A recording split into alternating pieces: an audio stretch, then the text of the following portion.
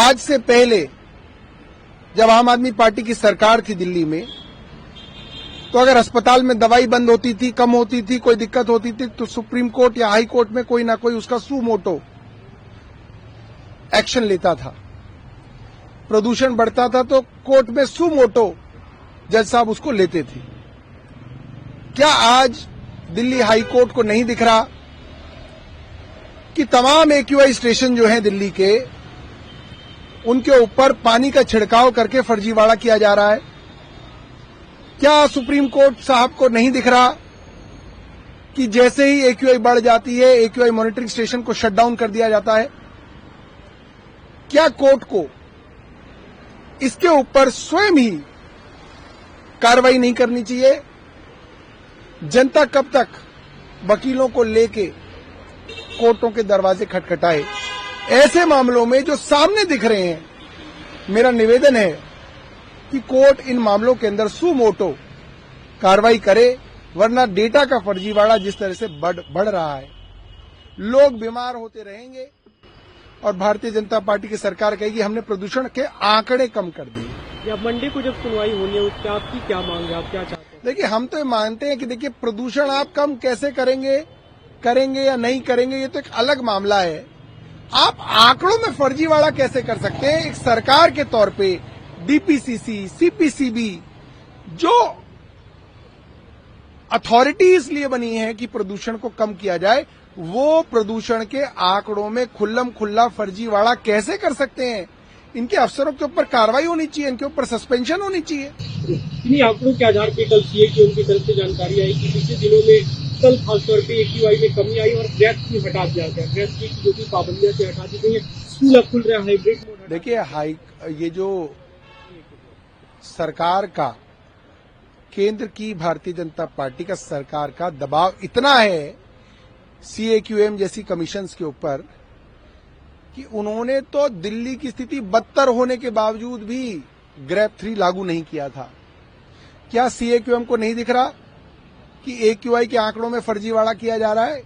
क्या सीएक्यूएम को नहीं दिख रहा कि आप अपना मीटर लेके जाएं तो उसकी एक्यूआई अलग है और सरकारी एक्यूआई उससे कहीं कम है? तो इस फर्जीवाड़े के अंदर सीएक्यूएम कैसे शामिल हो सकता है और दिल्ली के टैक्स पेयर का पैसा क्यों दिया जा रहा है सीएक्यूएम के अधिकारियों को, अगर वो फर्जीवाड़े के अंदर शामिल है? मेरा मानना है कि इन लोगों के ऊपर सख्त कार्रवाई होनी चाहिए और जो भी सीएक्यूएम के अंदर अफसर हैं उनको तुरंत सस्पेंड किया जाना चाहिए।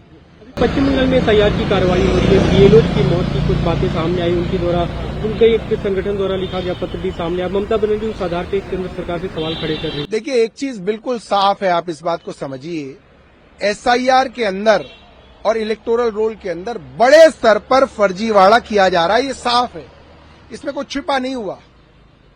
आपने कहा बिहार में आपने एसआईआर कराई और लाखों की संख्या के अंदर पंजाब के अलग अलग शहरों से, हरियाणा के अलग अलग शहरों से, दिल्ली के अलग अलग जगहों से ट्रेनें भर के गई उन लोगों की जिनकी वोट दिल्ली में भी है और बिहार में भी है, और वो वोट भारतीय जनता पार्टी ने डलवाई, उनको मुफ्त टिकट भारतीय जनता पार्टी ने दी और पैसे भी दिए गए उनको।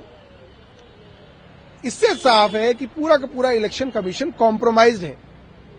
अब जब इतने बड़े बड़े अफसर फर्जीवाड़ा कर रहे हैं तो इनको डर था कि कल को जेल ना जाए, कल को नई सरकार आ गई तो नया कानून बना के इन लोगों को इम्यूनिटी दी गई है कि भाई तुम चोरी करो, डाका मारो, कुछ भी करो, तुम पे कोई मुकदमा नहीं होगा। अब इन पे तो कोई मुकदमा नहीं होगा, ये लोग तो शायद देश छोड़ के भी भाग जाएंगे, कोई कनाडा चला जाएगा, कोई ऑस्ट्रेलिया चला जाएगा।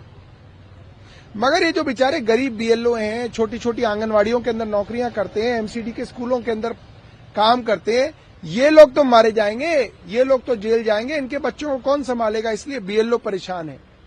वो फर्जीवाड़ा नहीं करना चाहते, मगर उनकी कलम से साइन करा के फर्जीवाड़ा किया जा रहा है, इसलिए एक साधारण आदमी डरा हुआ है। और ये जो बड़े बड़े अफसर हैं, जो इलेक्शन कमिश्नर हैं, ये नहीं डर रहे हैं क्योंकि इनको इम्यूनिटी मिल गई है। एक और सवाल, अभी कर्नाटक में सीएम पद को लेकर काफी खींचातानी है लगातार, इस पे मीटिंग हो रही है, मल्लिकार्जुन खड़गे कह रहे कुछ दिन में उसको सुलझा लेंगे, राहुल गांधी का एक बयान है कि मैं उस पर डीके शिव कुमार से बात करूंगा। भाई, कांग्रेस के अंदर सीएम पद को लेकर कहां खींचातानी नहीं हुई? उत्तराखंड में भी इनके यहां खूब खींचातानी थी, पंजाब के अंदर कैप्टन हो, चन्नी हो, सिद्धू साहब हों और कई लोग हों, खूब खींचातानी मुख्यमंत्री के पद को लेकर थी।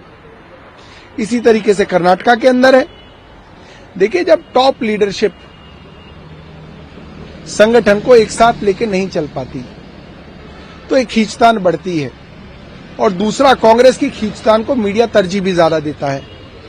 जहां खींचतान भारतीय जनता पार्टी के राज्य में होती है तो मीडिया के अंदर उसको चलाया नहीं जाता, तो वो खींचतान दब जाती है।